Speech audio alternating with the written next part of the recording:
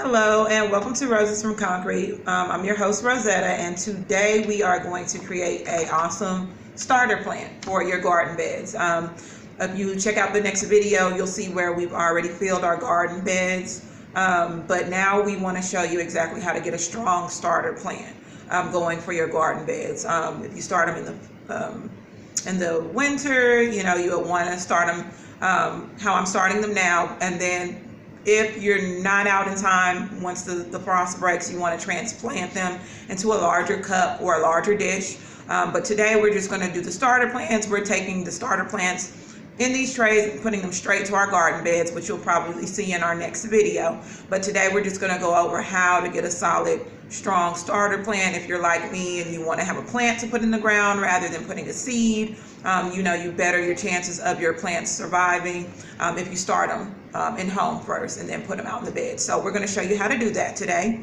So let's get started. Typically with me, I like to use a nice starter soil. I love all organic products. So I usually use this here Jiffy natural organic seed starter mix. You can get this from Walmart, Home Depot, Lowe's, all of those stores carry it. It's about $5 and it usually can last you more than one season. So $5, really good. People think starting a garden is very expensive, but I've used this now for 2 seasons, so 2 years. So this is probably going to last me another, maybe one more season, depending on how much I am growing. And I usually grow a lot because I do a community garden as well as backyard gardening. Also want to have these trays. You can find these at a Dollar Tree, Walmart. I usually get them from Dollar Tree. They're only $1. I have several of these, and I just reuse them because once you pop the plant out, you can just save the container and use it again. As you can see, these are used. Just going to use 2 trays because I just want to be able to show you all how to do this. And then let's see here. Oh, you need a pitcher, a water pitcher. This is what you're going to use to mix your dirt. You're not going to mix anything but water into it. Get a nice consistency, but you will need this to help nourish or wet, make your dirt wet is what you're going to need, because you don't want to put your seeds into dry dirt, and you don't want to have to water them as soon as you put them in. So it's nice for germination. And let's see. Oh yeah. So again, I use organic. I usually use Fairy Morse organic seeds. You can also go online, get you some nice heirloom seeds. I always use organic because I feel like what's the point of using something that's not going to be organic? It's considered GMO. You might as well go to the grocery store and buy food if that's the case. So you want to keep everything nice and healthy for the people that you're feeding. Basically, it's the way to go. It's organic. So and then we also want to add water. I'm going to step off real quick, grab that water for our dirt. Okay guys, so I'm back with the water, and usually I say about 2 to 3 cups of water should do you some good with the dirt. Today I'm doing, let's see, 2 trays, so I'll probably fill this up about halfway, and then I'll add my water.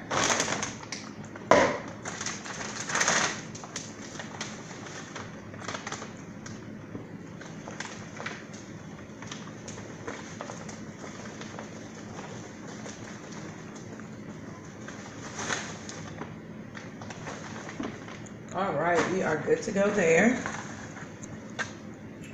And then we're going to add our water.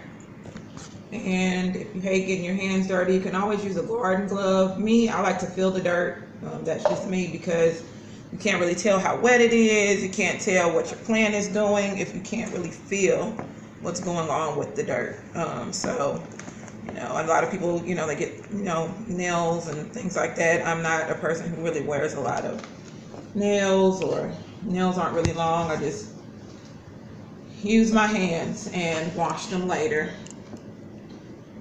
That's what I do, because I like to feel what's going on. And this is nice, wet. You can kind of mold it. That's how you want it to be. And so now we're going to fill the trays with this dirt. See it drop. Don't worry, I will wipe down the table later.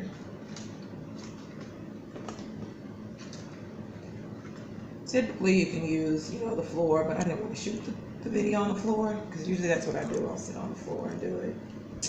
But I want to be able to show everybody what's going on.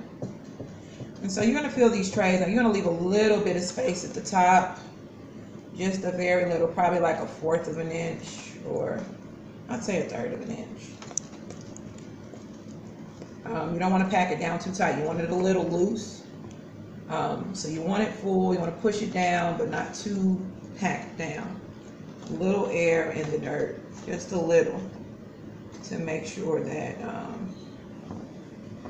you got space for the roots to go down and they don't have a hard time pushing through.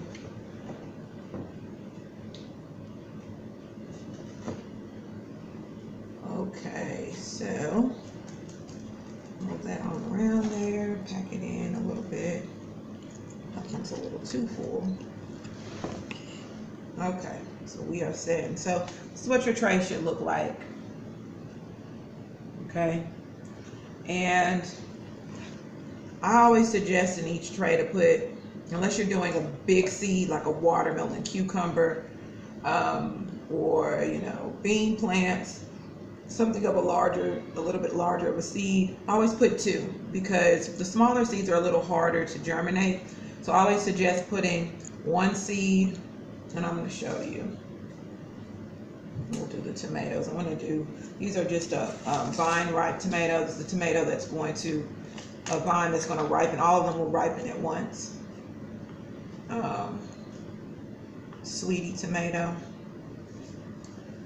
These seeds are very small, but I always suggest putting 1 seed at each corner. So diagonal from each other. 1, 1, 1, 1. So 2 plants in each one. That way if one doesn't germinate, the other will. You'll come out with a plant either way.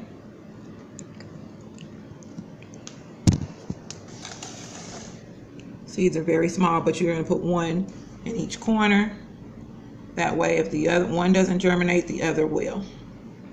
And so you'll keep your seeds out until the end, because you don't want to mess around and double up your seed. So you just put your seed, like I said, on each corner.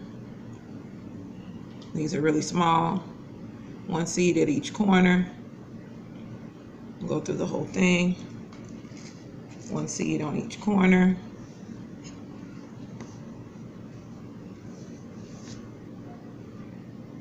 And it won't hurt if it's maybe 2 or 3, because like I said, these are small.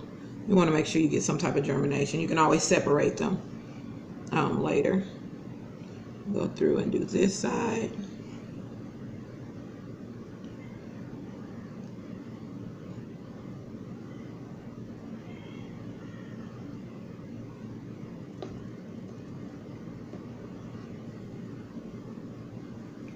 And me, I just dropped like maybe 2 or 3 in one of those corners because they're small, you know, really small.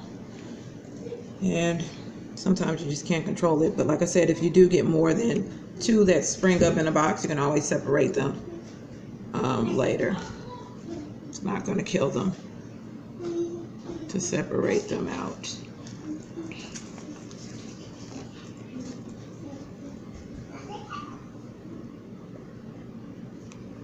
And we got all of them. And so we are good to go. And so once you do that, the seed only needs to be like 1/4 of an inch into the tray.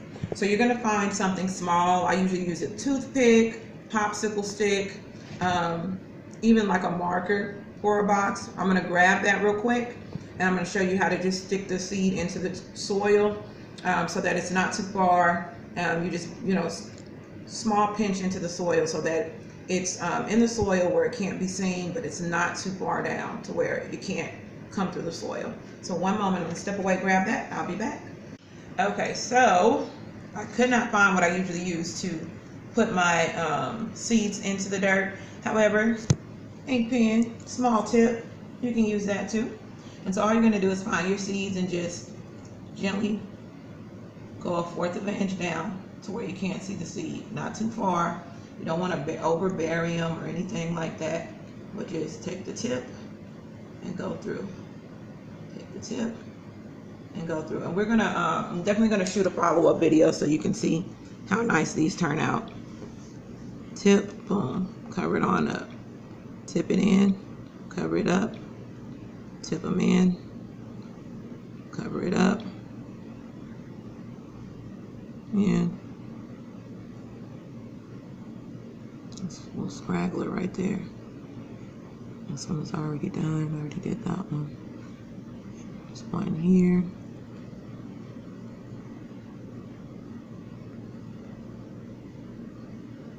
Cover it up. Tip it on in. Tip it on in. Cover it up.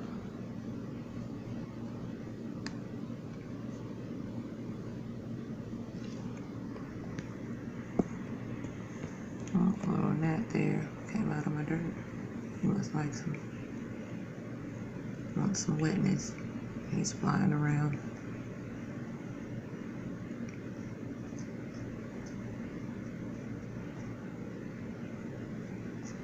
Whenever you see a seed, get it in there, cover it up. Okie dokie. And that one is set. So the signs that I have that my kids have lost have a little tip on it, and then I just put it in there, write what this is. I'll remember because everything else that I have grown is already sprouted. So these are my tomatoes. They'll be in either my big windowsill or my windowsill in my kitchen. But here they are. And then I want to show you some of the plants that I've already grown. Like I said, if you happen to get something that does not sprout, typically for me, the only thing that I have problems with germination are my green pepper.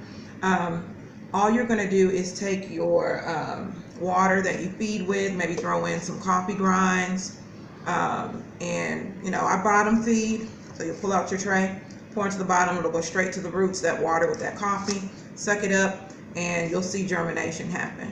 So if you ever have problems with germination, coffee grinds is the best thing to stimulate the seed.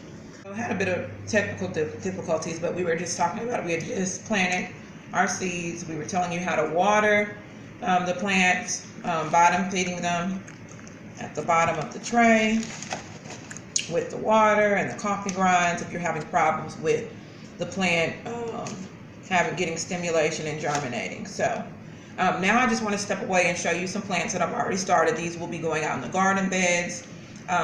Probably tomorrow is when I'm going to put them out because they're nice, they're healthy. They've been growing for maybe about 4 weeks now, and they are ready to be put out so they can spread their wings and make lovely food. So, okay, and so we are back, and we have our lovelies here. Here in this pot, I have green bean plants. I have about 6 of those. We've got some cabbage here. We have a lot of cabbage, so I'll probably end up putting some in my backyard as well as the garden, the community garden that we have too. We've got cabbage. They're ready to go. Like I said, they are old enough to be out and about. We've got our lovely, lovely tomato plants. These are beefsteak tomatoes. Plenty of these. Because like I said, sometimes when you are planting small seeds, you do 2, and some extra ones will fall in there. So I've got about 3 in this one pod here. So plenty of tomato plants. Like I said, they'll be going in the garden, and they'll probably go in some in my backyard too because there's so many of them. But these will be put out in the next video. You'll see where we plant those. We've got some cucumber and some honeydew melon here. These I only plant 1 seed at a time, so you'll only see 1 in the pod because these are big seeds. So you don't always need to plant more than 1. And then I've got, like I said, the cucumbers are the smaller. These are my honeydew here. So I'm gonna have lots of melons and lots of cucumber to put out. And my goodness, I've got a lot of stuff in the window. I've got corn. What else do we have? Oh, we've got green pepper plants. So everything is ready to go. And these are I just wanted to show you how well the potting mix that I use, the organic potting mix, it works well. Just make sure you're on top of keeping your plants hydrated. I always suggest bottom feeding so that they get their water immediately. and they are going to do well. You can just smell them. Beautiful. All right, and so this concludes our video. I will give you an update on the tray that we just started on those tomatoes. I'll show you how I feed them, show you how I break down the coffee grinds, if you need some help with that. And definitely gonna catch you on our next video at the garden, putting these in the ground. Thank you so much for watching. Don't forget to like and subscribe. Remember, gardening is an experiment, so everything might not work right the first time, but I am giving you tips that will surely have you on an awesome, strong start with your gardening process. Thank you. And anytime you have any questions, always comment below. Thank you.